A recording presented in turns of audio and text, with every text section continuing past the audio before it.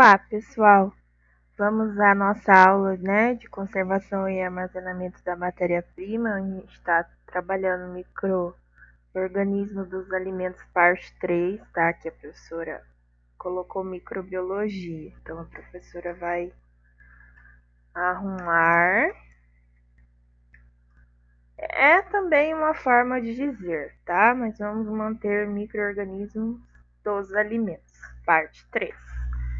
Então, na aula passada, desde a primeira aula, nós falamos quais os micro-organismos que se desenvolvem no alimento, quais os fatores que aceleram, ou inibem o desenvolvimento, o crescimento desse micro-organismo dentro do alimento, quais são os aspectos, idade relativa, pH, temperatura, fatores intrínsecos do próprio alimento, fatores extrínsecos, do ambiente com o alimento.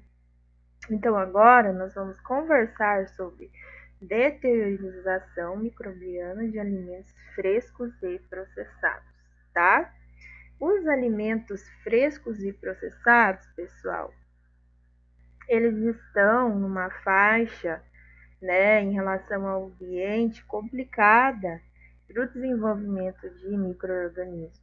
Então, essa temperatura, e a presença ou não de oxigênio, vai determinar o desenvolvimento de micro-organismo ou não dentro desse alimento. Então, o alimento ele vai sofrer uma série de alteração, tá? Pode ser por natureza física, química ou biológica, tá?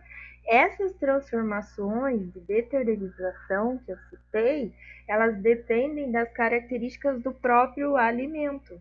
Então, as características intrínsecas que nós vimos até agora, tá? E também, como eu falei, os fatores extrínsecos do ambiente, tá? Por quê? Porque a mutação, a mudança, ela pode ser de característica física, química ou biológica, certo? A divisão genética dos alimentos perecíveis, semi-perecíveis e estáveis, tá? Ele vai basear muito no aspecto da composição final desse alimento, tá? E a sua suscetibilidade à deteriorização. Então, entra fatores do próprio alimento, fatores intrínsecos, fatores extrínsecos ligados ao ambiente, tá? E as condições gerais de armazenamento, produção, sanitárias que envolvem esse alimento, tá? No processamento e armazenamento desses produtos.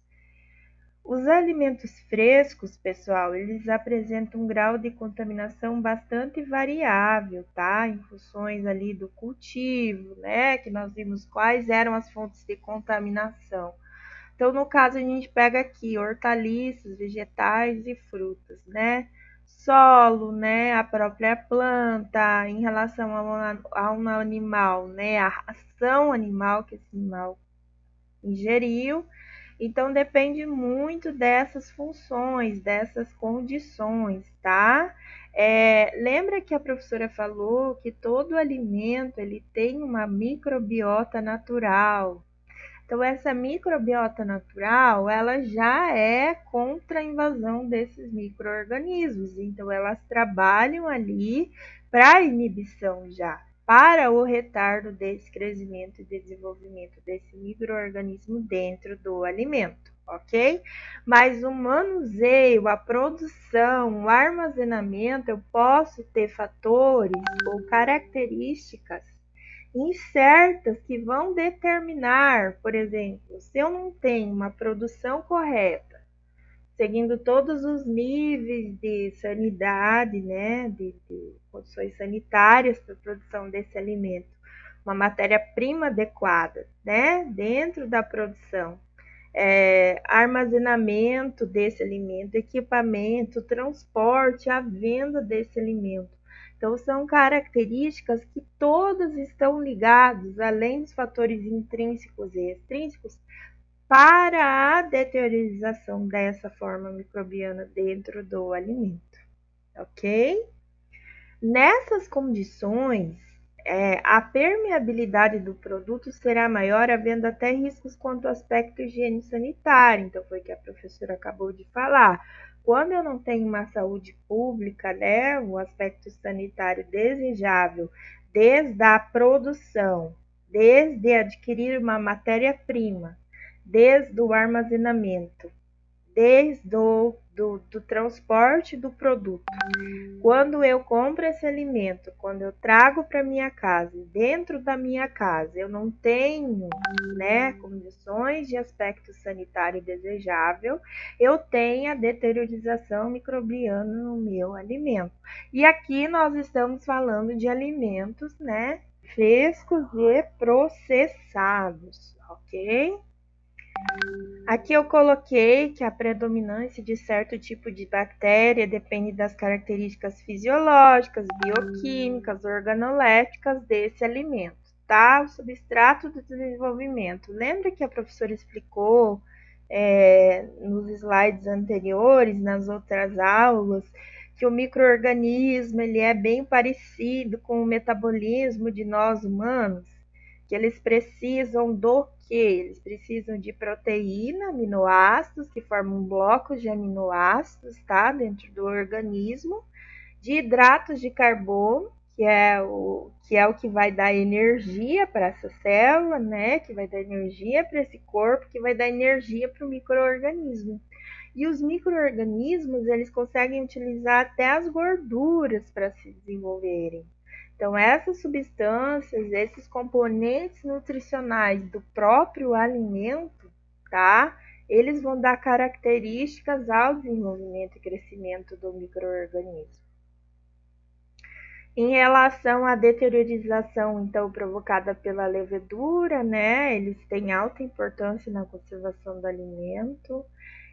A origem de ocorrência de espécies patogênicas em alimentos é desconhecida, sua importância reside em seres eventuais, agentes de deteriorização em alimentos quais apresentam condições ótimas de desenvolvimento, tá? Então, assim, pode-se constituir em grande deteriorização sucos e frutas através desse micro-organismo, Saccharomyces, ok? A deteriorização provocada por enzimas, tá? Ela atua junto com a atividade microbiana, então eu tenho atividade de bactéria, tá? Então eu tenho atividade de enzima. Essa enzima vai estar atuando sobre a deteriorização, sobre a mudança, né, dos constituintes organolépticos, cor, sabor, textura, físicos, químicos, naturais desse alimento, tá? Em relação aos produtos enlatados, né, envasados, então os alimentos enlatados ou envasados normalmente são preservados pela aplicação de métodos físicos ou químicos, tá? Eles são utilizados também métodos de pasteurização, aquecimento a uma certa temperatura para a conservação desse alimento, tratamentos térmicos, né, no alimento, no equipamento, na lata, no vidro, né? Porém, esses alimentos eles são atacados, por exemplo, se eu vou lá no mercado, eu pego uma lata de milho, essa lata de milho estiver amassada, eu já tenho um comprometimento, né, em relação ao alimento. Esse alimento já não vai estar conservado adequadamente, tá? Então, assim, amassou, eu já mexi ali com a parte que foi cuidada na produção desse alimento, tá? No enlatamento ali, eu já mexi nesse fator, eu tenho ali uma causa mecânica, então ou eu tenho mais oxigênio dessa lata, ou eu tenho menos oxigênio, então eu já mexi na estrutura física. Então, provavelmente eu já tenho uma reação maior de desenvolvimento de micro-organismos dentro desse alimento, ok? Ainda sobre a deteriorização microbiana, né, de alimentos enlatados, um alimento enlatado pode sofrer alterações por causas variáveis. Então, foi o que a professora falou. Então, primeiro a gente tem os problemas de natureza microbiológica desse alimento, então tá ligado ao processamento dele, tá? Ou processo térmico ou resfriamento inadequado dessas latas, desses vidros na produção desse alimento, tá? Problemas químicos, né? Corrosão interna da lata, e como a professora falou, bateu ou corrodeu, ou houve essa corrosão, tá? Vai liberar um elemento dentro desse alimento, né? Vai modificar esse alimento. Pode ser liberação de hidrogênio, pode ser liberação de oxigênio, então vai acontecer um estufamento da lata, ok? Problemas físicos, tá? Destaca-se que o enchimento excessivo das latas, tá? Toda lata ali na indústria, ela tem um fator físico, ela tem um limite para o enchimento, ela tem um limite, tá?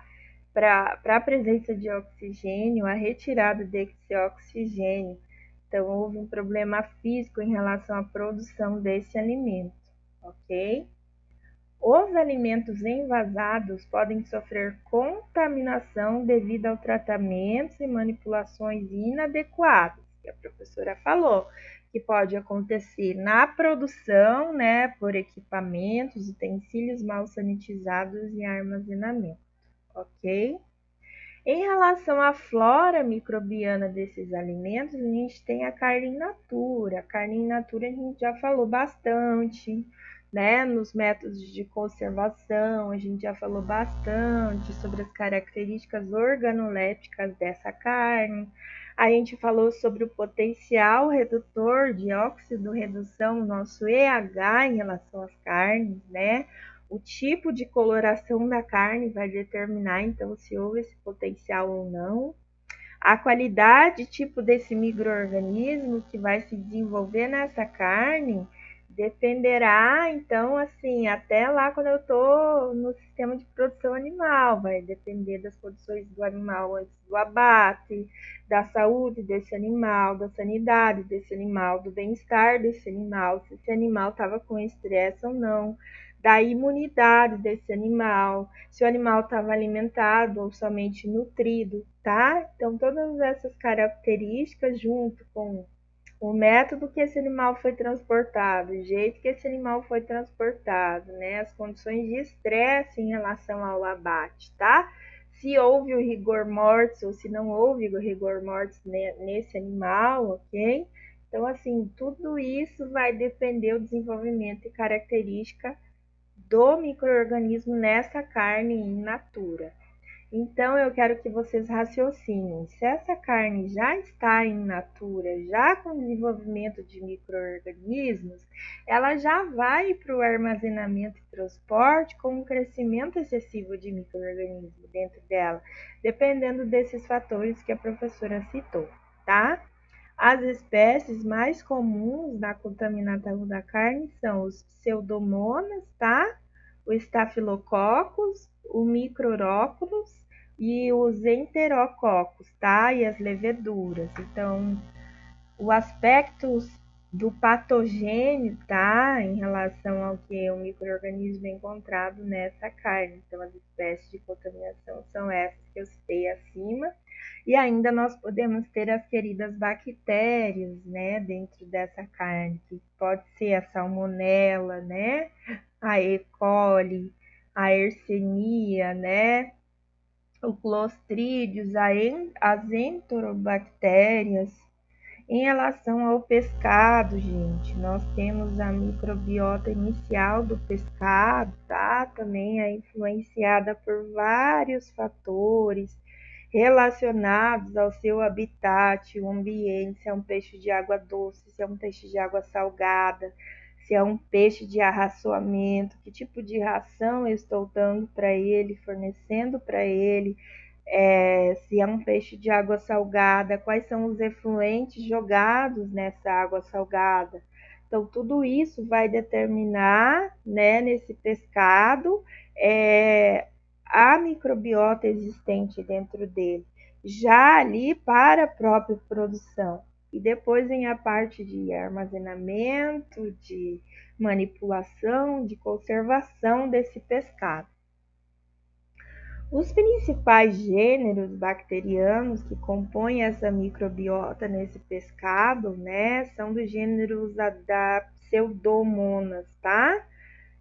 A moraxella, o víbrios, os bacilos, a sarcina, o clostrídio. Vocês podem perceber que o clostrídio ele está sempre presente, tá? Em peixes de água doce, então é encontrado lactobacillus, o streptococcus, tá? As aeromonas. Então, assim, esse pescado, o pessoal sempre diz que é bem complicado, né, com peixe. Eu acredito que essas características que nós temos em relação à própria matéria-prima, né, o habitat do peixe, água doce ou salgado, poluentes, arraçoamento, que tipo de viveiro eu criei para esse peixe. Então, tudo isso já leva a uma certa disseminação de micro-organismos nessa carne, né? E depois, com armazenamento, manipulação errada, eu tenho um maior desenvolvimento de micro-organismos nessa carne, tá? Em relação às frutas e vegetais, gente, a microbiota inicial pode variar dependendo do tipo de fatores ambientais, tá?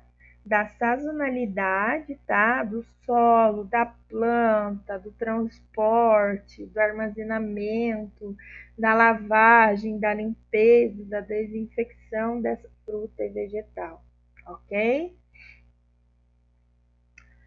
A maioria dos micro-organismos presentes já, né, na fruta e vegetal são as saprófitas, tá? Incluindo bactérias, leveduras e bolores. Então, a gente pode perceber que tanto as frutas quanto os vegetais, eles têm um desenvolvimento maior de leveduras e bolores, né?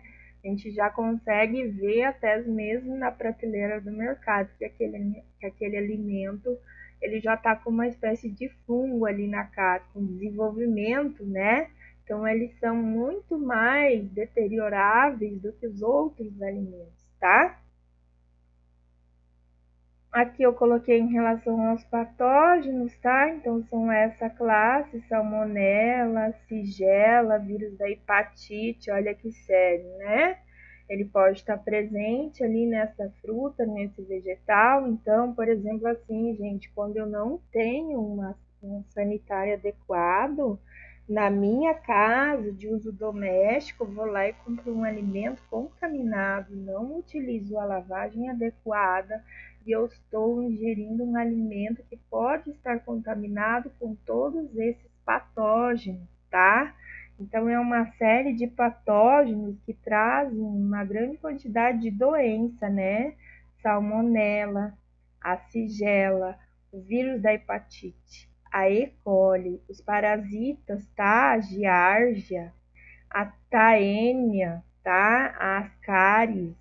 Então, assim, pessoal, é muito sério.